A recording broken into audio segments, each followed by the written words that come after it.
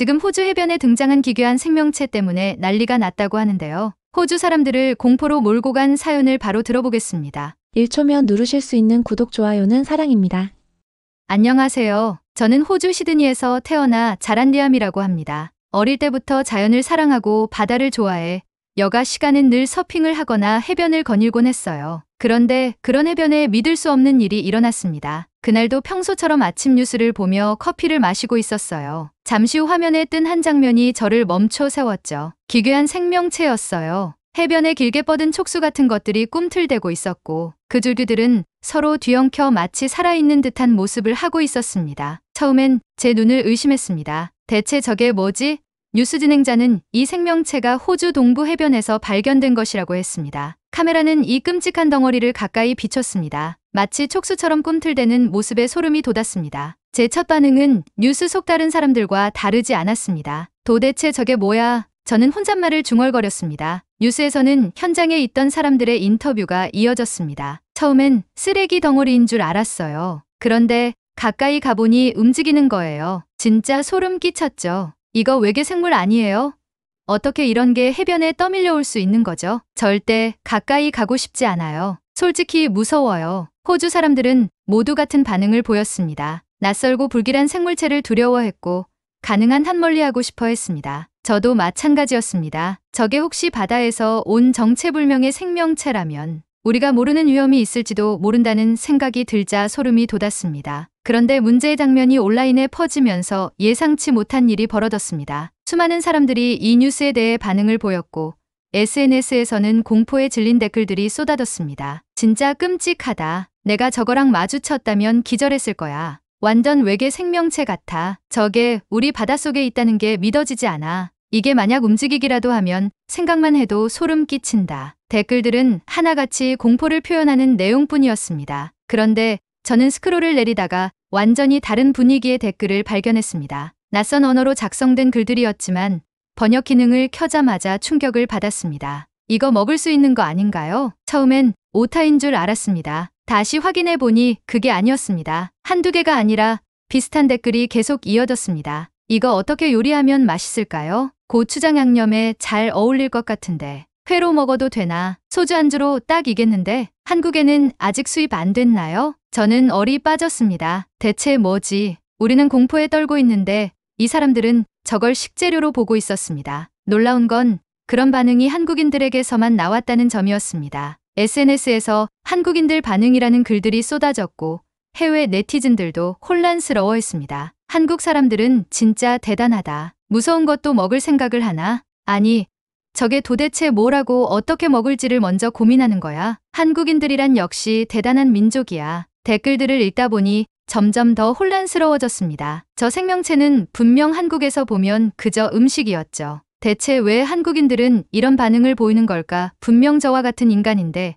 사고방식이 너무 달랐습니다. 그때부터 저는 점점 한국이 궁금해지기 시작했어요. 뉴스에서 전문가들은 이 생물체가 따개비의 일종이라고 설명했습니다. 보통 바위나 난파선에 붙어 사는 종으로 조사 결과 거위목 따개비로 판명났죠. 그런데 이번엔 해변으로 떠밀려온 것이라고 했어요. 하지만 여전히 사람들은 징그럽다, 끔찍하다는 반응뿐이었습니다. 그런데 한국에서는 정반대의 반응이라니. 저는 한국이 어떤 나라길래 이런 반응이 나오는지 알아보기로 했습니다. 단순한 호기심 때문이 아니었습니다. 너무 다른 반응을 보이는 한국인들의 사고방식이 어떤 배경에서 나왔는지 직접 확인하고 싶었죠. 그렇게 저는 한국행 비행기 티켓을 예매했습니다. 그리고 그곳에서 제가 상상도 하지 못했던 경험을 하게 됩니다. 저는 한국에 도착한 후 며칠 동안 도시를 둘러보며 문화에 적응하고 있었습니다. 처음 와본 나라였지만 서울은 생각보다 현대적이었고 사람들이 친절했습니다. 하지만 제가 진짜로 궁금했던 건 따로 있었습니다. 도대체 왜 한국인들은 외래종을 두려워하지 않는 걸까요? 그 의문을 해결할 단서를 찾기 위해 저는 한국에서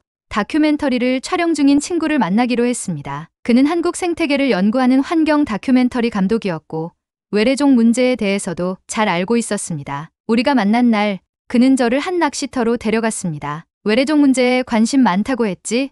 직접 보여줄게. 그가 의미심장한 미소를 지으며 낚시터로 향했습니다. 저는 솔직히 낚시에는 별 관심이 없었지만 외래종이 한국에서 어떤 대접을 받고 있는지 직접 보고 싶었습니다. 그리고 그날 저는 제 인생에서 가장 충격적인 장면을 목격했습니다. 낚시터에 도착하자 이미 많은 사람들이 낚싯대를 들이운 채 물가에 앉아 있었습니다. 한국은 도심에서 조금만 벗어나도 이렇게 자연을 즐길 수 있는 곳이 많았습니다. 그런데 사람들이 잡아 올리는 물고기가 뭔가 이상했습니다. 저거 혹시 베스 아니야? 제가 조심스럽게 묻자 친구가 고개를 끄덕였습니다. 맞아. 외래종 베스. 생태계 파괴자라고 불리지. 저는 깜짝 놀랐습니다. 베스는 호주에서도 문제를 일으키는 외래종이었습니다. 이 물고기는 번식력이 강하고 식성이 워낙 공격적이어서 토종 물고기들을 닥치는 대로 잡아먹으며 개체의 수를 급격히 늘립니다. 그래서 우리는 베스를 퇴치하기 위해 막대한 예산을 들여 구제 작업을 벌이고 있었습니다. 근데 저렇게 잡아도 괜찮아? 정부에서 관리하는 거야? 그러다 친구는 피식 웃으며 제 어깨를 툭 쳤습니다. 관리? 그냥 먹으면 돼. 저는 순간 귀를 의심했습니다. 뭐 먹는다고? 응. 여기선 베스가 낚이면 가져가서 요리해 먹기도 해. 매운탕으로 끓여도 맛있고 튀겨도 괜찮아. 그냥 놔두면 생태계를 파괴하니까 사람들이 알아서 잡아먹는 거지. 그 말을 듣고도 도저히 믿기지가 않았습니다. 저는 호주에서 자랄 때부터 베스는 생태계를 파괴하는 해로운 물고기라고 배웠습니다. 그래서 베스를 보면 없애야 한다고만 생각했지 먹어야 한다는 생각은 단 한 번도 해본 적이 없었습니다. 하지만 한국에서는 달랐습니다. 사람들이 낚싯대를 던지면서도 대화를 나누고 잡은 베스를 버리지 않고 가방에 챙겨가는 모습이 너무 자연스러웠습니다. 진짜 먹을 수 있어? 저는 마지막으로 확인하듯 물었습니다. 그럼 오늘 너도 한번 먹어봐. 저는 믿을 수 없다는 표정을 지으며 친구를 따라갔습니다. 그는 근처 가게에서 매운탕을 주문했습니다. 주방에서는 이미 여러 종류의 생선이 손질되고 있었고 곧이어 뜨거운 국물이 끓기 시작했습니다. 얼마 지나지 않아 커다란 냄비가 우리 앞에 놓였습니다. 자, 한번 먹어봐. 저는 수저를 들고 국물을 한 숟갈 떴습니다. 얼큰한 향이 퍼지며 입안 가득 개운한 감칠맛이 퍼졌습니다. 그리고 나도 모르게 한마디가 튀어나왔습니다. 이거 맛있는데? 친구는 피식 웃었습니다. 그렇지.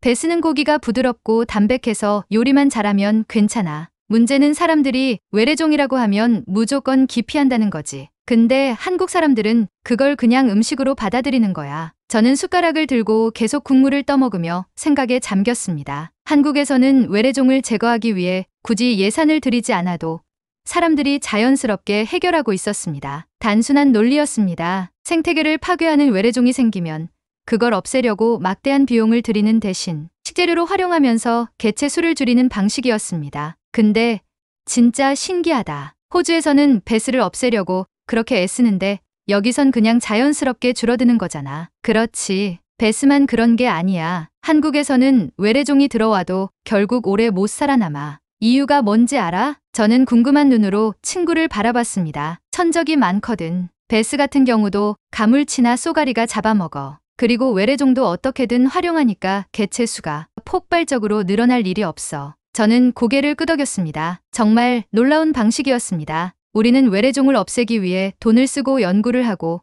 새로운 방법을 도입하느라 바빴습니다. 하지만 한국에서는 자연의 법칙과 인간의 습관이 결합되면서 아주 효율적으로 외래종 문제를 해결하고 있었습니다. 그날 이후 저는 한국을 다니면서 더 많은 사례를 찾아보기로 했습니다. 정말 한국에서는 외래종들이 살아남기 힘든 걸까? 그 답을 찾기 위해 저는 한국 곳곳을 돌아다니기 시작했습니다. 그리고 곧 베스뿐만 아니라 다른 외래종들도 한국에서 어떻게 처리되는지 직접 보게 됩니다. 한국에서 베스를 먹고 난 후 외래종에 대한 시각이 완전히 달라졌습니다. 호주에서는 베스 같은 생물이 등장하면 생태계의 재앙으로 인식하지만 한국에서는 그저 한 끼 식사일 뿐이었습니다. 하지만 더 놀라운 건 이게 단순한 예외가 아니라는 사실이었습니다. 한국에서는 외래종이 문제를 일으킬 틈조차 없이 자연스럽게 사라지고 있었습니다. 잠시 후 서울에서 몇 시간 떨어진 한 시장에 도착했습니다. 저는 활기찬 시장을 거닐며 익숙한 듯 낯선 광경을 마주했죠. 한 수산물 가게 앞에는 커다란 개들이 가득 쌓여 있었고 상인들은 바삐 손질하며 손님들과 대화를 나누고 있었습니다. 이거 참개네요. 저는 무심코 중얼거렸습니다. 참개라면 유럽에서 골칫덩어리로 유명한 외래종이었습니다. 독일과 프랑스를 비롯한 유럽 여러 나라에서는 참개가 강과 하천을 점령하며 토종 생물들을 밀어내고 생태계를 망가뜨리고 있었습니다. 독일에서는 참개 때문에 어업이 마비될 정도였고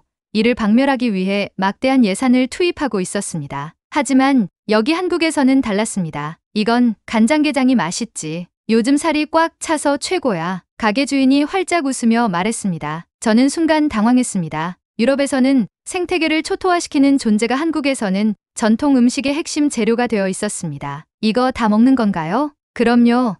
참게 간장게장은 밥도둑이라니까요. 저는 어안이 벙벙했습니다. 유럽에서는 골칫덩어리, 한국에서는 별미. 같은 생물인데 전혀 다른 운명을 맞고 있었습니다. 이때부터 저는 궁금해졌습니다. 혹시 참게만 그런 걸까? 다른 외래종들은 한국에서 어떻게 취급되고 있을까? 며칠 후 저는 바닷가 근처의 수산시장을 방문했습니다. 그곳에서 저는 다시 한번 충격적인 장면을 목격했습니다. 푸른빛이 감도는 커다란 꽃게들이 수조 안에서 힘차게 움직이고 있었습니다. 순간 머릿속을 스쳐 지나가는 단어가 있었습니다. 푸른 꽃게, 이탈리아에서 생태계를 뒤흔든 악명 높은 외래종이었습니다. 이 꽃게는 너무나도 왕성한 번식력과 식욕을 가지고 있어서 토착 생물들을 밀어내고 해양 생태계를 파괴하는 주범으로 지목되고 있었습니다. 이탈리아에서는 이 꽃게를 막기 위해 정부가 골머리를 앓고 있었고 어민들은 이대로 가면 바다가 황폐해질 것이라며 비명을 질렀습니다. 그런데 한국에서는 역시나 달랐죠. 꽃게탕 할 거니까 큰 놈으로 주세요. 손님들이 신나게 꽃게를 사가고 있었습니다. 저는 가게 주인에게 물었습니다.